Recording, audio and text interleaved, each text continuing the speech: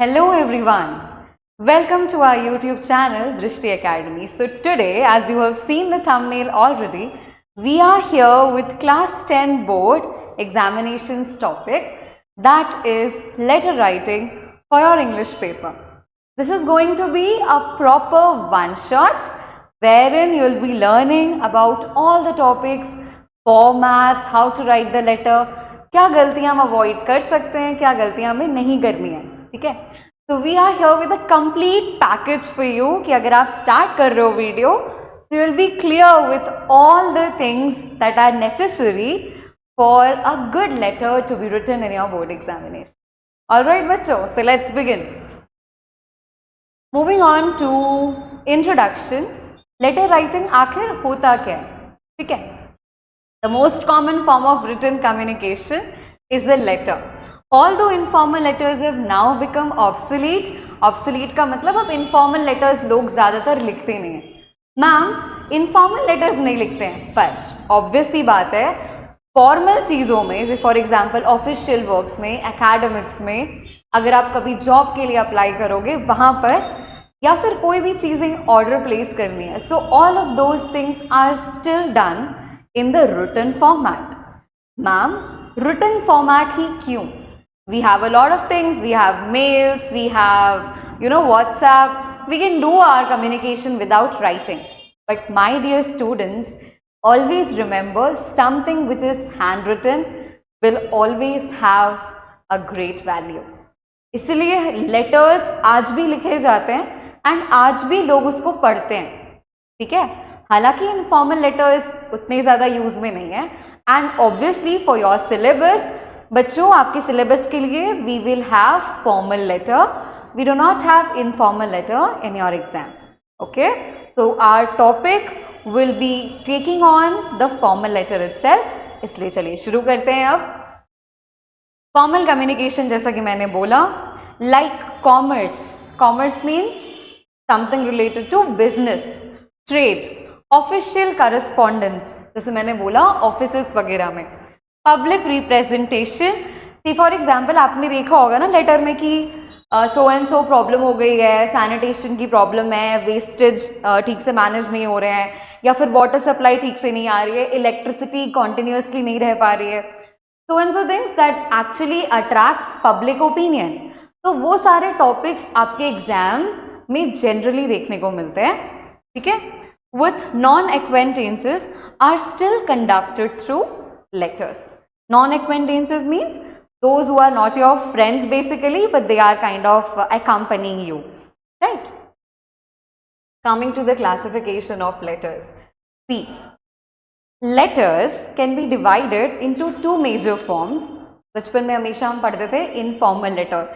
जब letter writing बच्चों को पढ़ाया जाता है ना, तो पहले उन्हें इनफॉर्मल लिखना सिखाया जाता है. इनफॉर्मल का मतलब आप अपने फ्रेंड्स को लिखते हो, अपने रिलेटिव्स को लिखते हो, अपने ग्रैंड पेरेंट्स को लिखते हो, है ना, या फिर अपनी मदर को लिखते हो, फादर को लिखते हो. तो all of those are considered under informal letters.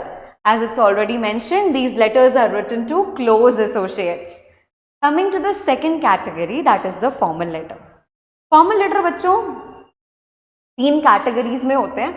Business और official letters, that is for making enquiries, right. Registering complaints, हमें अगर कोई चीज़ के लिए कंप्लेन रजिस्टर करनी है तो हम उसके लिए भी लेटर लिखते हैं. Coming on to asking for giving information, placing orders and sending replies. Ma'am, letter तो लिख लेते हैं बट उसका रिप्लाई भी भेजना होता है. यस, आपने जिसको लेटर लिखा है, ठीक है, ऑब्वियसली बात है वो अगर पढ़ेंगे तो वो रिप्लाई ज़रूर करेंगे. And the method of reply will also be in the form of a letter, right? Coming to letter to the editor. So आपके syllabus में major चीज़ें जहाँ से question बनते हैं, that is this part, letter to the editor, giving suggestions or opinion on issues of public interest. आप editor को क्यों letter भेजते हैं, आज ये clear करते हैं पहले. ठीक है मैम, कोई भी प्रॉब्लम होती है, सी फॉर एग्जाम्पल पब्लिक को कोई इशू हो रहा है, ठीक है, रेसिडेंट्स को कोई इशू हो रहा है, तो मैम एडिटर क्या करते हैं? Who is the editor? Editor is the person who manages all the headlines that are to be displayed in a particular newspaper.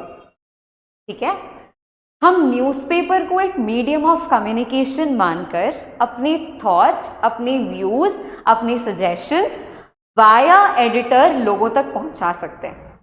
ठीक है, ये काम होता है लेटर टू द एडिटर का.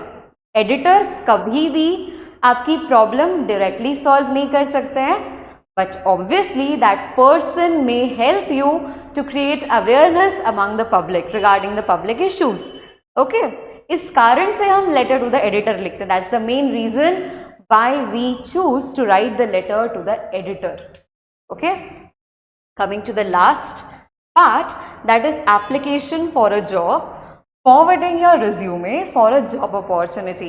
This is also one of the type of formal letter जहाँ पर हम resume like attach करते हैं, बायोडेटा अटैच करते हैं और जो भी हमने पोस्ट के लिए अप्लाई करना होता है हम उसके लिए लेटर लिखते हैं.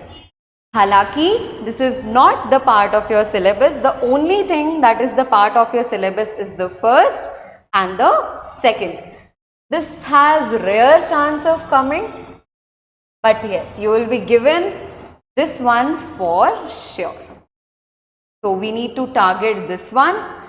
अच्छा बच्चों, आपको ना ऑप्शन मिलेगा. ठीक है, you will be given options, either और में आपको ऑप्शन मिलेगा. आप जिसके ऊपर भी लिखने में कंफर्टेबल हैं आप वो वाला चूज करके लिखिएगा. ठीक है, टेक माई सजेशन, दोनों क्वेश्चंस को अच्छे से पढ़िएगा पहले, उसके बाद ही डिसाइड कीजिएगा कि कौन सा लिखना है. अच्छा, how much time will you need to write a letter? Ma'am writing section में ना बहुत टाइम जाता है, सारे बच्चों की यही प्रॉब्लम आती है. For that I have thought about it and according to me 15 minutes time is sufficient for writing a letter.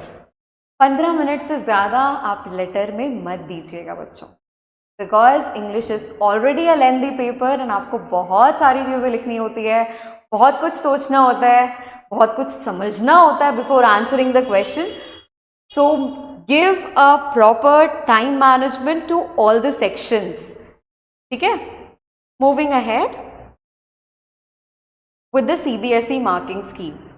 So in your paper you will be having writing skills overall of 10 marks. The entire writing skills will be of 10 marks. ठीक है, इसमें से जो letter writing का weightage है that is of 5 marks. Fine. Writing a formal letter based on a given situation. The word limit is 100 to 120 words. 1 out of 2 questions is to be answered. This is by the CBSE. तो बच्चों इसे आप ध्यान में रख सकते हैं. Moving ahead. Letter to the editor. आइए इसके बारे में हम चर्चा करते हैं.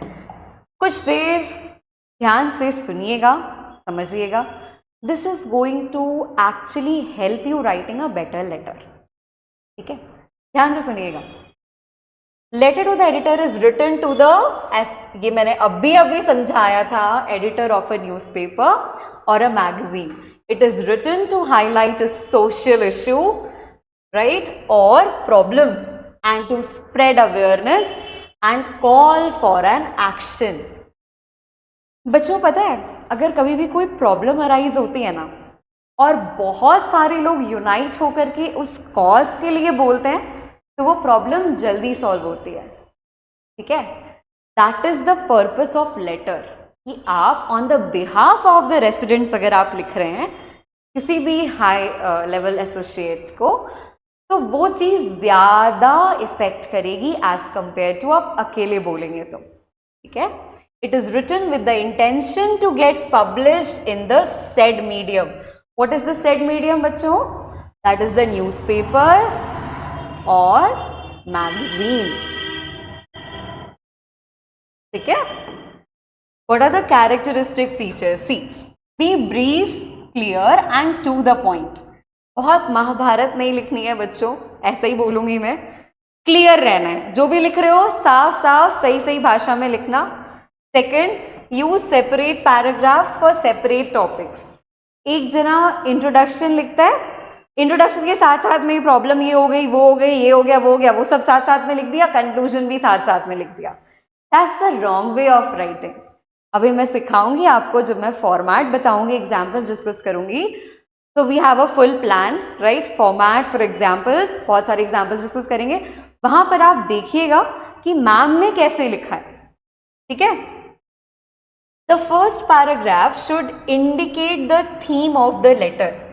अच्छा, मान लीजिए आपने लेटर भेजा किसी को, लेटर ओपन हुआ, आराम से वो इंसान खोल रहा है, लेटर पढ़ रहा है, ठीक है? बच्चों, अगर आपने फर्स्ट पैराग्राफ में ठीक से मेंशन नहीं किया है कि आपका कॉज क्या है, like what's the letter about, तो वो इंसान लेटर को कंटिन्यू ही नहीं करेगा, उसे पता ही नहीं चल पा रहा लेटर किसके लिए। तो you have to introduce the theme in the very first paragraph of your letter. Make factual statements. अगर कोई प्रॉब्लम हो रही है, ये फैक्ट है। इतने देर लाइट नहीं रह रही है, ये फैक्ट है, ठीक है? वाटर सप्लाई इतने से इतने आवर्स के लिए आ रही है, बस दैट्स द फैक्ट। तो फैक्चुअल स्टेटमेंट्स आपको वहां पे मेंशन करने हैं। Use simple and direct language, avoid the use of high and fancy words and ambiguous construction. मन धड़ंग कुछ भी बातें बना बना के लिख दिए, ऐसा हो जाता है, फिर तो वैसा हो जाता है, वो सारी चीजें नहीं करनी है आपको। थोड़ा फॉर्मल रहिएगा लिखते वक्त, and be crisp and clear while you are giving the statements. Coming ahead, even while lodging a complaint or making criticism, you should be polite and charming. ये पॉइंट ना बहुत ध्यान से समझने वाला है। मान लेते हैं क्रिटिसिज्म दे रहे हैं आप, बट क्रिटिसाइज वैसे नहीं करना है कि एकदम पूरा ही लिख दे रहे हैं, ये तो वैसा है, ऐसा है, इसने वैसा कर दिया, वैसा कर दिया। नहीं, you have to be polite and charming. How will you be polite? Ma'am ये तो गलत है ना, इसके लिए पोलाइटली कैसे बोलेंगे? बेटा याद रखिए, फॉर्मल लेटर लिख रहे हैं, आपका टोन फॉर्मल जाएगा। आपको कितना भी क्रिटिसिज्म मन में आ रहा हो, आपको फॉर्मली लिखना है, ठीक है? कि ये प्रॉब्लम हो गई थी, तो अगर इस प्रॉब्लम को हम ऐसे सॉल्व कर पाएंगे तो ज़्यादा बेटर रहेगा हमारे सोसाइटी के लिए, या so and so things. Be very formal बच्चों, बहुत पोलाइटली लिखना है लेटर को, कि लेटर जब पढ़ी ना सामने वाले तो उनको लगे कि हाँ कुछ ना कुछ कॉज है जिसको हम सही कर सकते हैं। End the letter with a positive note, not with a negative note. Okay? Avoid commonplace and clumsy expressions. Clumsy expressions से बचना है. Use a proper layout or format. Ma'am format आपने बताया नहीं अभी तक. We'll discuss in a while. Don't worry. Coming ahead to this part. See, use of punctuation marks. सबसे ज़्यादा जिसमें प्रॉब्लम होती है, मैम हमें पता ही नहीं चलता कॉमा कहाँ लगाना है, फुल स्टॉप कहाँ लगाना है। फुल स्टॉप तक समझ आ जाता है, कॉमा नहीं समझ आता, सेमी कोलन भी नहीं समझ आता, डबल कोट्स कहाँ पे लगाना है वो नहीं समझ आता। Will come up with certain things regarding punctuation marks, तो वो वीडियोज आप ध्यान से देखते रहिएगा, ठीक है? Dispensed with in the block format. Remember the following points about block format. See, letter लिखते वक्त कोई भी इंडेंटेशन नहीं है। मैम इंडेंटेशन क्या होता है? आप मार्जिन के किस स्पेस छोड़ करके आप लिख रहे हैं, दैट इज कॉल्ड एज, कितना स्पेस छोड़कर आप लिख रहे हैं, that is called as indentation. Okay, तो कोई भी इंडेंटेशन नहीं है, आपकी सारी चीजें left hand side of the margin पे ही रहेगी। मतलब अगर ये आपकी आंसर नोटबुक है और ये अगर आपका मार्जिन है, तो आप सारी चीजें ऐसे ऐसे ही लिखोगे, ठीक है? आपको कुछ भी इधर उधर करने की जरूरत नहीं है। Next, okay, extra space should be left between different sections and paragraphs. अभी मैंने बोला था कि पैराग्राफ को ठीक से सेग्रीगेट करके लिखिएगा। Introduction, then main body, then conclusion. Segregate करने का मतलब क्या होता है? आपने एक पैराग्राफ कंप्लीट किया, आपने एक लाइन छोड़ दी, फिर पैराग्राफ कंप्लीट किया, फिर एक लाइन छोड़ दी, फिर एक पैराग्राफ कंप्लीट किया, then you can leave one line. इससे आपका लेटर बहुत अच्छा दिखेगा, ठीक है? Omit punctuation marks in address, अभी मैं सिखाऊंगी ये चीज, and date. A comma shouldn't be put after the salutation. हमने यहाँ पर एक्चुअली बच्चों पहले क्या होता था ना, पहले लोग बहुत ज़्यादा कॉमास का यूज़ करते थे, ठीक है? पर अब जो फॉर्मेट निकला है उसके अकॉर्डिंग अगर हम देखेंगे तो कॉमा का यूजेज रेस्ट्रिक्टेड कर दिया गया है। कॉमा हम जनरली यूज़ नहीं कर रहे, ठीक है? तो इस चीज़ का काफ़ी ज़्यादा ध्यान रखिएगा कि अननेसेसरी कॉमा का यूज़ आप ना करें। हम कैसे पता चलेगा मैं बताऊंगी, टेंशन मत लीजिए। You may use the following layout for logical flow of ideas. See, paragraph 1 introduction of theme or issue, paragraph 2 main body में आप cause बताइएगा, paragraph 3 consequences और result कि क्या result हुआ ऐसे ऐसे problems की. फिर आइए पैराग्राफ 4 पे suggestions to overcome the problem. आप जरूरी नहीं है 4 पैराग्राफ में लिखें, अगर आपको लग रहा है आपने ज्यादा वर्ड्स लिख दिए हैं कुछ पैराग्राफ में, you can stick to 3 paragraphs also, not a big deal. Okay, moving ahead. See, so जिसका आपको इंतजार था, that's the format of our letter. ध्यान से देखना, एकदम ध्यान से, ठीक है. पहले हम लिखते हैं सेंडर्स एड्रेस. सेंडर कौन होता है? भेजने वाले, जो भी भेजते हैं letter, that person is called as sender. The one who sends the letter is called as sender. ठीक है बच्चों. फिर आप यहाँ पे लीव एक लाइन छोड़ सकते हैं. Then you can write the date. अभी मैं फॉर्मेट सिखाऊंगी डेट का, जब मैं एग्जाम्पल में बताऊंगी वहां पे देखिएगा.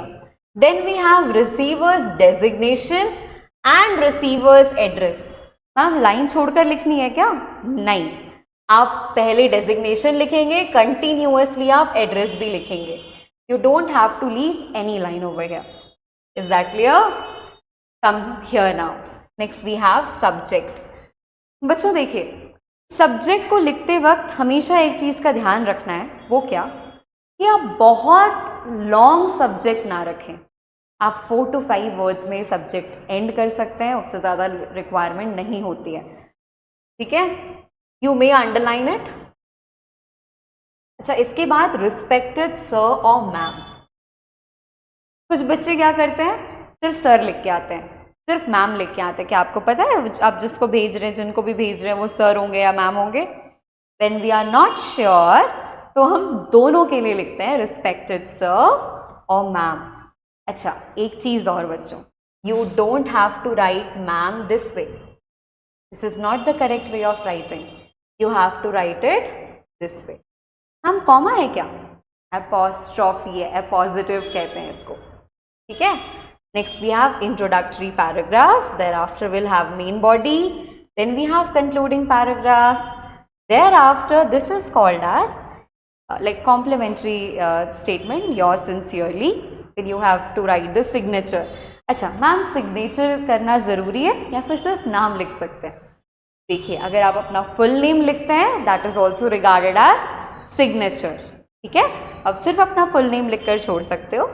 डेजिग्नेशन, अगर आप किसी हाई पोस्ट पर हैं, हम पता कैसे चलेगा? क्वेश्चन में मेंशन होगा कि आप ये हैं, तो वहां पर अगर आपके क्वेश्चन में डेजिग्नेशन मेंशन है, अगर कोई पोस्ट मेंशन है कि आप इस पोस्ट पर हैं और आप लेटर लिख रहे हैं, तो वहां पर बच्चों आपको डेजिग्नेशन लिखना है. अगर क्वेश्चन में मेंशन नहीं है तो आपको वहां पर लिखने की कोई ज़रूरत नहीं है. ठीक है, नेम क्वेश्चन वाला ही लिखिएगा.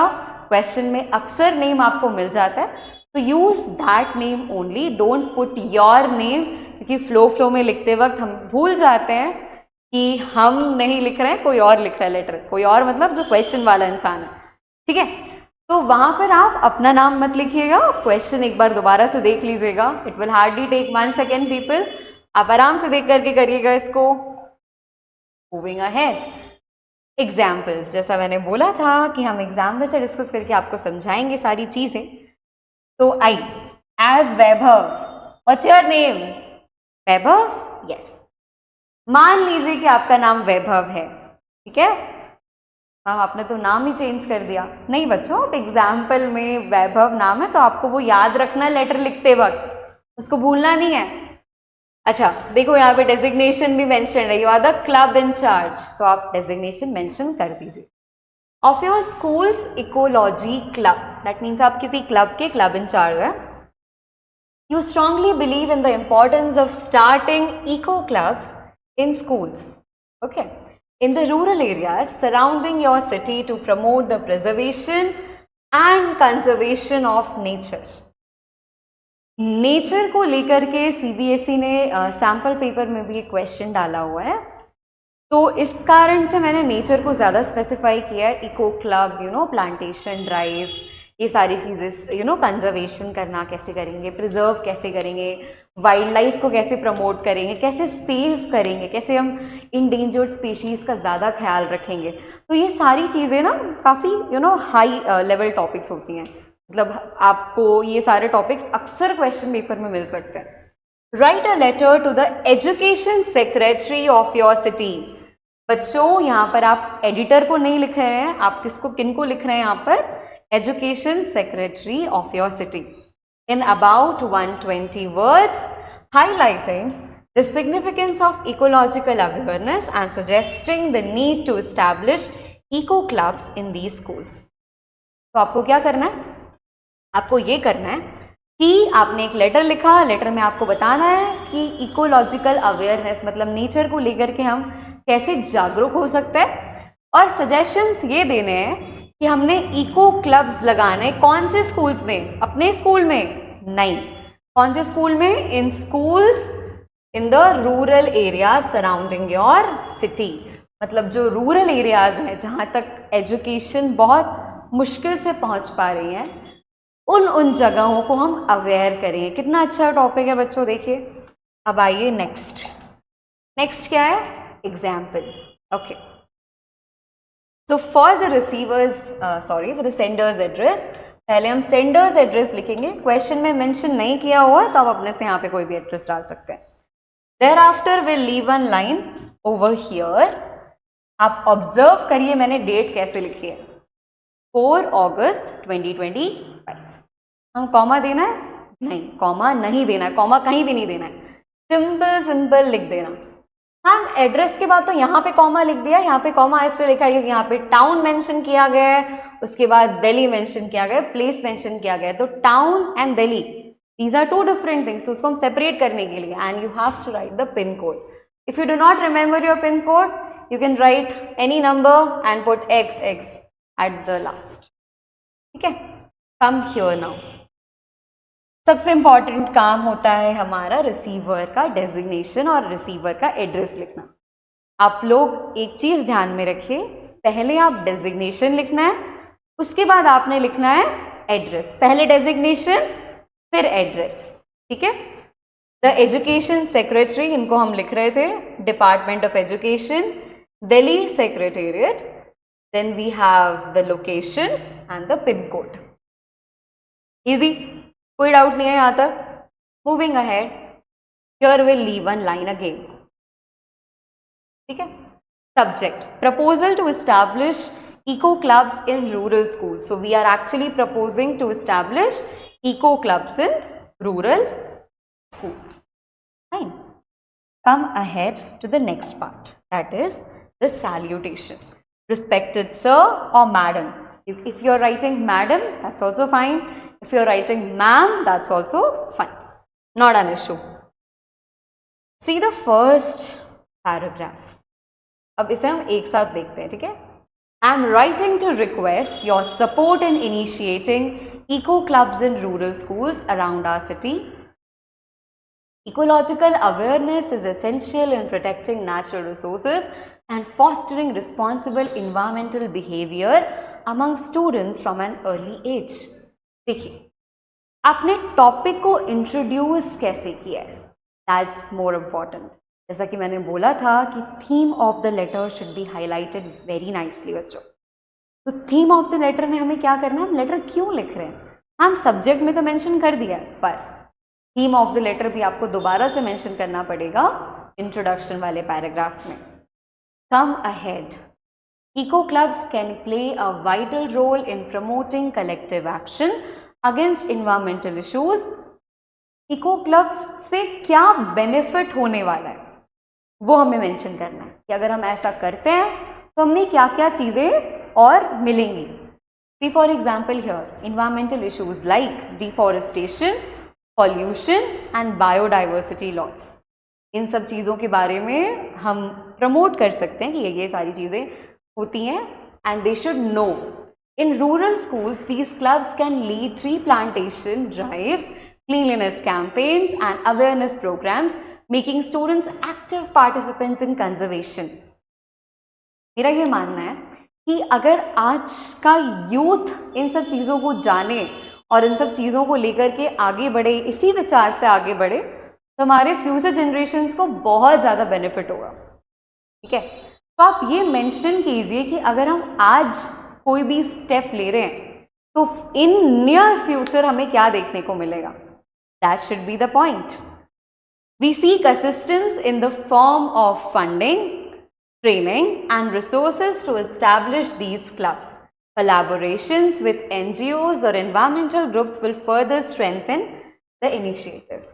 देखिए, जैसा कि हम अगर कोई भी चीज़ नया लॉन्च करते हैं ना, तो कहीं ना कहीं हमें फंड्स की रिक्वायरमेंट होती है। ठीक है, कुछ ना कुछ खरीदना है, कुछ ना कुछ प्रमोट करना है, बैनर्स बनाने हैं, है ना, फ्लायर्स सेंड करने हैं अक्रॉस सर्टन प्लेसेस, तो हमें कहीं ना कहीं से फंड्स की ज़रूरत होगी। और स्कूल के बच्चे कहाँ से फंड्स मैनेज करेंगे? तो we need help from the governments as well as NGOs। तो हम इनकी हेल्प मांगेंगे। We hope the education department will consider this step towards building environmentally responsible citizens. अच्छा बच्चों, क्या हम सबकी रिस्पॉन्सिबिलिटी नहीं है कि हम नेचर को इक्वली शेयर करते हैं, तो हम क्या नेचर को इक्वली सेव करें? हम सबकी रिस्पॉन्सिबिलिटी है, और this sense of responsibility should be instilled in every child while he or she is studying in schools. That is the reason why these topics are genuinely asked in your exam. Thereafter, once we are done with our letter, we'll conclude it by saying thank you. Okay? Then yours sincerely. अच्छा, एक गलती और यहाँ पे आप लोग क्या करते हो? Your apostrophe S नहीं लगाना है, यहाँ पे apostrophe नहीं लगाना। आप कैसे लिखोगे? Simply yours. Simply yours. Sincerely का S कैपिटल मत कीजिएगा, स्मॉल ही रहने दीजिएगा। ठीक है? Thereafter, don't write your name बच्चों। आप जो क्वेश्चन में नाम दिया हुआ है वही नाम लिखिएगा, वैभव शर्मा। अच्छा, डेजिग्नेशन। मैम डेजिग्नेशन तो ऑप्शनल बताया था ना आपने। ऑप्शनल इसलिए बताया था क्योंकि क्वेश्चन में कभी आपको मिल भी सकता है, कभी नहीं भी मिल सकता है। तो जब भी आपको ऑप्शन में मिल जाता है तो आप ज़रूर से मेंशन कीजिए उस चीज़ को। Club in charge ecology club, right. So this is how you have to write a letter. हम एक ही एग्जाम्पल बताएंगे क्या? No, we have 2 more examples with us. तो आप आराम से इसको पढ़िए क्वेश्चन को और समझने का प्रयास कीजिए। आइए, let's do it. Okay. As Amita, ma'am नाम फिर से चेंज कर दिया। ऑब्वियस ही बात है, एक ही नाम थोड़ी मिलेगा क्वेश्चन में हर बार। The vice head girl of विद्या मंदिर. So your designation is mentioned again.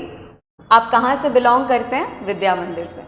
You are aware of the increasing prevalence of cyber attacks. बच्चों, आपने मोबाइल्स आप जितना यूज़ करते हैं, आपको पता होगा कि मोबाइल्स यूज़ करने के अलावा भी आपके पास कितने ज़्यादा अटैक्स का भी रिस्क होता है।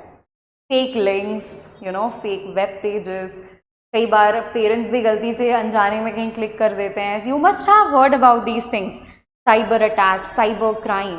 Okay, so these things should be made available to everyone, right? जो भी आजकल कोई ऐसा इंसान नहीं होगा जो मोबाइल वगैरह यूज नहीं करता होगा, सबके पास है। But be try to be little aware about these things कि आप जेन्युइनली उसी लिंक्स पर क्लिक करें जिन पे आप ट्रस्ट करते हो, ट्रस्टवर्दी हो। कहीं भी कुछ भी क्लिक करके ओपन कर लिया, कुछ भी कर लिया, ये सारी चीज़ों से आपको बचना चाहिए, because your data is very very private. Okay, so make sure that you are learning these things also, fine. And unauthorized exploitation of systems. Unauthorized means जिनको अथॉरिटी दी गई है मैनेज करने की वो तो करते ही हैं, जिनको नहीं दी गई है अगर वो करने लग जाए that is called as unauthorized. ठीक है, unauthorized. Networks and technologies affecting individuals across all demographics. हर जगह के लोग इससे इन्फ्लुएंस हो रहे हैं। Write a letter to the editor. See now this time you are given a question to the editor, तो आप वहां पर द एडिटर मेंशन कीजिएगा। कहां पर? डेजिग्नेशन ऑफ द रिसीवर पे। Of a national daily, that means is a newspaper, in about 120 words, stressing the urgent need to promote digital security among all age groups. जितने भी बच्चे phone use कर रहे हैं, क्या आपको पता है डिजिटल सिक्योरिटी क्या होती है? आप जब ये वीडियो फिनिश करें आप ज़रूर ये जा करके देखिएगा कि डिजिटल सिक्योरिटी के फीचर्स क्या क्या हैं. What are all the things that we need to have in our mobile phones, right? Highlight the challenges posed by cyber threats and propose practical solutions to address this growing issue. Ma'am हमें तो पता ही नहीं है क्या होता है, हम कैसे प्रैक्टिकल सोल्यूशन दे देंगे इसके लिए? I'll teach you people कि कैसे करना है. और अगर कोई भी टॉपिक आपको नहीं समझ में आ रहा है तो आप उसके ऊपर रिसर्च ज़रूर कीजिए कि मैम हमने ऐसा टॉपिक मिल गया लेटर में लिखने के लिए, हमें वो टॉपिक ही नहीं समझ में आ रहा है, फिर हम कैसे लिखेंगे? अगर आप बहुत सोचने की बात भी अगर आपको नहीं समझ में आ रहा है, try to read another topic, दूसरा टॉपिक में भी समझ में आ जाए. हम दूसरा भी नहीं आ रहा, अब उन दोनों में से जिसके ऊपर आप थोड़ा बहुत सोच करके लिख पाएंगे वो वाला टॉपिक लिखिए. ठीक है, let's see the example. See, so sender's address is clear, date is clear, and receiver's address is clear and designation. As I've already said that the editor हमने mention करना है. The National Herald, this is the name of a newspaper बच्चों. ठीक है, अब यहाँ पे National Daily लिखा है तो आप daily के जगह पर name लिख सकते हैं as you wish. Thereafter I have mentioned the location. Subject: urgent need to promote digital security across all age groups. सारे एज ग्रुप्स के बच्चों को डिजिटल सिक्योरिटी के बारे में थोड़ा ना थोड़ा इन्फॉर्मेशन होना चाहिए. देन अगेन रिस्पेक्टेड सर और मैडम, मैम आपने तो कॉमा लगाया ही नहीं कहीं पे. कॉमा नहीं लगाना है बच्चों, कॉमा नहीं लगाना है. ठीक है, लेट्स रीड द कंटेंट. अब ये चीज़ मुझे आपको समझानी है, पर्सनली भी समझानी है और लेटर के अकॉर्डिंग भी समझानी है. देखिए, through the columns of your esteem daily I wish to raise awareness about the alarming rise in cyber threats such as identity theft. Now what do you mean by identity theft? आप कौन हैं, आपका as क्या है, आपका date of birth क्या है, that is called as identity theft. आपकी आइडेंटिटी कोई भी ले सकता है. ठीक है, फाइनेंशियल फ्रॉड सबसे खतरनाक चीज़ है बच्चों. फाइनेंशियल फ्रॉड आजकल कहीं भी क्लिक कर देते हैं, ओटीपी मांगते, ओटीपी दे देते हैं, बस पैसे गायब, 1 सेकंड में गायब हो जाएंगे. तो ये सारी चीज़ों से बचना है बच्चों. आप खुद भी समझिए ये चीज़, अपने पेरेंट्स को भी अवेयर कीजिए, आप जिनको जानते हैं आप उन तक भी शेयर कीजिए ये सारी चीज़ें. ठीक है, and data breaches. Vulnerable groups like children, the elderly and the digitally untrained are increasingly falling prey to phishing scams and malware due to lack of awareness. जिनको पता नहीं है ना इन सारी चीज़ों के बारे में, वही सबसे ज़्यादा पिसते हैं बच्चों. उनको पता नहीं है, वो क्लिक कर देते हैं, उन्हें अवेयरनेस ही नहीं है इन सब चीज़ों के बारे में. तो इन सब चीज़ों के कारण से ये सारी चीज़ें बढ़ते जा रही हैं. There is an urgent need to promote digital hygiene and safe online practices. हम कैसे ऑनलाइन में बच सकते हैं, because online world is vast. ऐसा माना जाता है कि दुनिया जितनी वास्ट है ना, वैसी सेम टू सेम दुनिया ऑनलाइन वर्ल्ड ने बना रखी है, इसलिए हम ऑनलाइन वर्ल्ड कहते हैं. ठीक है, schools, offices and communities must take initiative by conducting digital literacy programs, webinars and workshops on cyber safety. आजकल स्कूल्स वगैरह में भी ये सारी चीज़ें चल रही हैं कि हम साइबर सेफ्टी को कैसे प्रमोट कर सकते हैं, कैसे हम बच्चों को ये सिखा सकते हैं कि साइबर क्राइम से बच कैसे सकते हैं, कि उनके साथ वो साइबर अटैक ना हो जाए, उनके मोबाइल में ना हो जाए, उनके रिलेटिव्स के मोबाइल में ना हो जाए. कुछ चीज़ें ऐसी हम क्या इंस्टॉल करके रखें फ़ोन में, है ना, कुछ वायरसेस से बचने के लिए हम कैसे बच सकते हैं. All of these things should be done. I urge your platform to highlight this critical issue. Now which platform we are talking about बच्चों? This platform is our newspaper. Okay, a joint effort by individuals, organizations and the government is vital to building a secure digital environment. Secure का मतलब safe.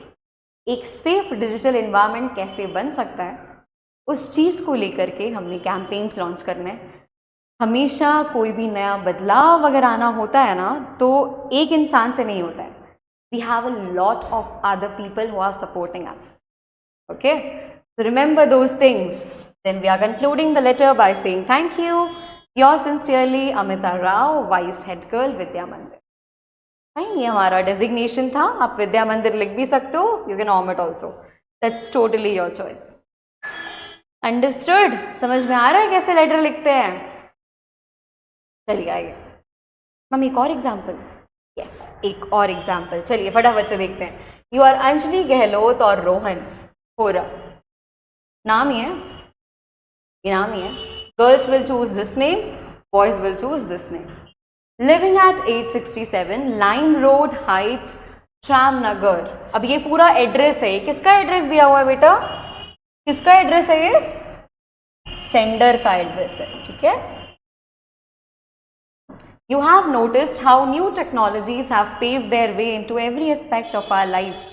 On one hand, they have revolutionized the way we live, work, and communicate, and on the other hand, they have raised concerns about data privacy and security. Write a letter to the editor of a national daily in about 120 words discussing the benefits and risks of new technologies in our daily lives. Ma'am आपने तो पूरा question ही पढ़ दिया. सुनो सुनो आराम से सुनो. देखो समझाती हूँ. Technology is a good tool. It's one of the biggest greatest tools of nowadays. Technology के बिना we can not even think to survive, ऐसा लोगों को लगता है. पर इतनी ज़्यादा टेक्नोलॉजी का यूज़ कर लेते हैं ना कि अपना दिमाग फिर स्टॉप ही कर जाता है. कुछ करने जाओ, होमवर्क मिला है, चलो चैट जीपीटी. ये नहीं समझ में आ रहा है, गो फॉर गूगल. तो ये सारी चीज़ें नहीं करनी है बच्चों. हर बार टेक्नोलॉजी को इतना ज़्यादा एम्ब्रेस मत कर लीजिए कि आपका खुद का दिमाग ही बंद हो जाए काम करना. ठीक है. Technology is a useful tool बच्चों, पर आप उसको ओवर यूज़ करेंगे तो वो आपके लिए हानिकारक हो जाएगा. ठीक है. आइए हम डिस्कस करते हैं लेटर को कि लेटर में लिखना कैसे. ओके. देखिए कितना प्यारा सब्जेक्ट यहाँ पर मेंशन किया गया है. यहाँ पे एक लाइन छोड़कर लिखिएगा. New technologies a boon with hidden risk. नई टेक्नोलॉजीज आ तो रही हैं, ये एक आशीर्वाद है. बून मीन्स आशीर्वाद, पर इसके पीछे छुपे हुए उसके रिस्क भी हैं. ठीक है. हर अच्छी चीज जितनी अच्छी लगती है ना बच्चों, उतनी अच्छी होती नहीं है. इसलिए ट्रस्ट अकॉर्डिंगली. कहीं ना कहीं अगर बहुत अच्छा लग रहा है कुछ ना कुछ, तो उसके पीछे हिडन रिस्क जरूर होगा. उस रिस्क को एनालाइज कीजिए. ठीक है. Come here. Through the columns of your esteem daily. Ma'am इसका मतलब समझ में नहीं आता है, हर जगह लिख देते हो आप. Through the columns of your esteem daily. आपने देखा होगा न्यूज़पेपर में कॉलम्स बने हुए रहते हैं, है ना. इसी के बारे में बोला जा रहा है कि आपके कॉलम्स के माध्यम से, through the columns of your esteem daily. Daily means, esteem daily means, हम यही नहीं समझ आ रहा है एस्टीम डेली क्या होता है. न्यूज़पेपर है. ठीक है. I wish to highlight the dual impact of emerging technologies in our daily lifes. What do you mean by the term dual impact? What is dual impact? When we have good impact also and bad impact also. दोनों चीजें हैं. That is a dual impact. ठीक है. Of emerging technologies in our daily life. Okay.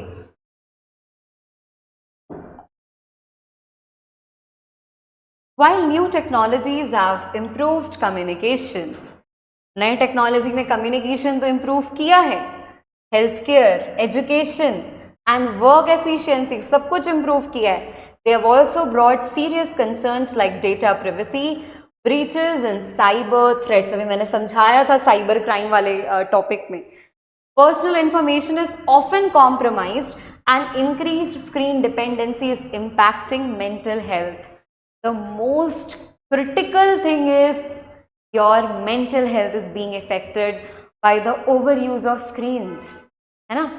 तो over use नहीं करना है. आप यूज करिए, लिमिटेड यूज करिए. ठीक है. क्योंकि आपका मेंटल हेल्थ बहुत ज्यादा इफेक्ट हो रहा है बच्चों. ठीक है. आप ब्रेक ले लेकर के स्क्रीन को वॉच करिए. It is vital for public to be aware of both the benefits and risk of technological advancement. ये बहुत ज्यादा जरूरी है लोगों के लिए कि वो बेनिफिट भी जाने कि इससे फायदा क्या है फायदा पता है मैम, रिस्क नहीं पता चलता ना, क्योंकि फायदा इतना ज्यादा लगता है कि रिस्क ही नहीं दिखता हमें, तो यही गलत हो रहा है। रिस्पॉन्सिबल यूजेज, एक रिस्पॉन्सिबल बच्चे की तरह आप फोन को यूज कीजिए। हद से ज्यादा यूज करना, हद से ज्यादा कोई भी चीज हानिकारक होती है। Proper digital education and stricter data protection laws must go in hand in hand. ठीक है, लॉज बनने चाहिए डेटा को प्रोटेक्ट करने के लिए, डेटा को सिक्योर रखने के लिए, आपकी पर्सनल इंफॉर्मेशन को सिक्योर रखने के लिए। I hope you will publish my views to raise awareness among all. जब मैंने पढ़ाना स्टार्ट किया था तब मैंने ये चीज़ बोली थी कि आप एडिटर को लेटर लिखते हो ताकि एडिटर लोगों तक स्प्रेड करे अवेयरनेस, तो आप ये चीज़ ज़रूर मेंशन करेंगे लास्ट में। I hope you will publish my views to raise awareness among all the individuals. आप यहाँ पे ऐड कर सकते हो, you may or may not, it's up to you, individuals. Okay. Conclude the letter by saying thank you. Yours sincerely, Rohan Hora. Okay. See it once. Give a glance. Give it a glance. Okay.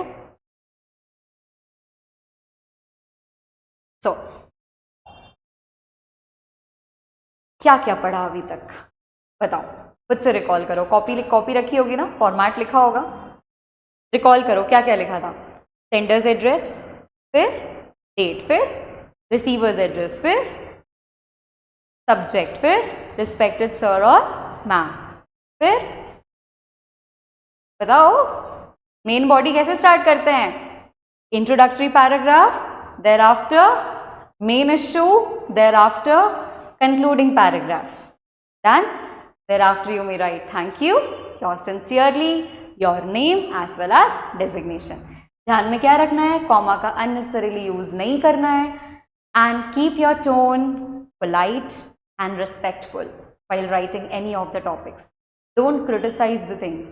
Remember that. Criticism नहीं देना है ज़्यादा, है ना। Polite tone में लिखिए, polite tone में भी लोग जो समझने वाले हैं वो ज़रूर समझेंगे, ठीक है। और क्या ध्यान में रख सकते हो आप, don't make huge sentences, make small sentences. मैं हमेशा कहती हूँ कि बहुत ज़्यादा वास्ट करने के चक्कर में ना फिर सेंटेंस में एरर हो जाता है, फिर वो ग्रामेटिकली सही साउंड नहीं करेगा बच्चों, ठीक है। अच्छा मैम, आपने तो बता दिया फॉर्मेट ऐसे है, ये एग्जाम्पल है, अब हमें क्या करना है। आपको क्या करना है, आपको इन्हीं टॉपिक्स को लेकर के प्रैक्टिस करनी है। आप वीडियो को पीछे कीजिए, टॉपिक देखिए, खुद से लिखिए, just compare how much you have grasped from the video. Because आप कोई भी वीडियो देख रहे हो, अगर आप उसको खुद से एनालाइज नहीं कर रहे हो ना कि आपने क्या समझा, क्या सीखा, क्या रिकॉल करना चाहिए, क्या नहीं करना चाहिए, तो फिर आप मेसअप कर जाओगे चीज़ों को लेकर, ठीक है। तो ये सारी चीज़ें आपको ध्यान में रखनी है। And the most important thing, words बहुत प्यारे यूज करिएगा, कॉमन वर्ड्स को बार बार मत लिखिएगा, बोरिंग टोन हो जाता है। Try to use new words in new paragraphs and keep your handwriting very neat and clear. Because जो पढ़ने वाले हैं वो एक एक वर्ड को नहीं देखेंगे कि आपने ए लिखा है, ई लिखा है, क्या लिखा है। उनको समझ में आएगा, ये पुट अ टिक, नहीं समझ में आया then you will lose the mark. तो आप अपनी हैंड राइटिंग को भी सुधारिए, है ना। जो बहुत छोटा छोटा लिखते हो उसको थोड़ा मीडियम कीजिए, जो बहुत बड़ा बड़ा लिखते हो उसको थोड़ा सा मॉडरेट पे ले आइए। कुछ चीज़ें, बेसिक चीज़ें सुधारिए, तो आपका एग्जाम बहुत बढ़िया से हो जाना है, ठीक है। So since we are done with our topic now and it's time to conclude, so wishing you all the very best बच्चों। बहुत अच्छे से प्रिपरेशन करिए, समय बहुत कम है पर आपकी तैयारी बहुत ज़्यादा है, तो समय और तैयारी को साथ में लेकर चलिए। I believe in you people, आप बहुत अच्छा करोगे। थैंक यू बच्चों।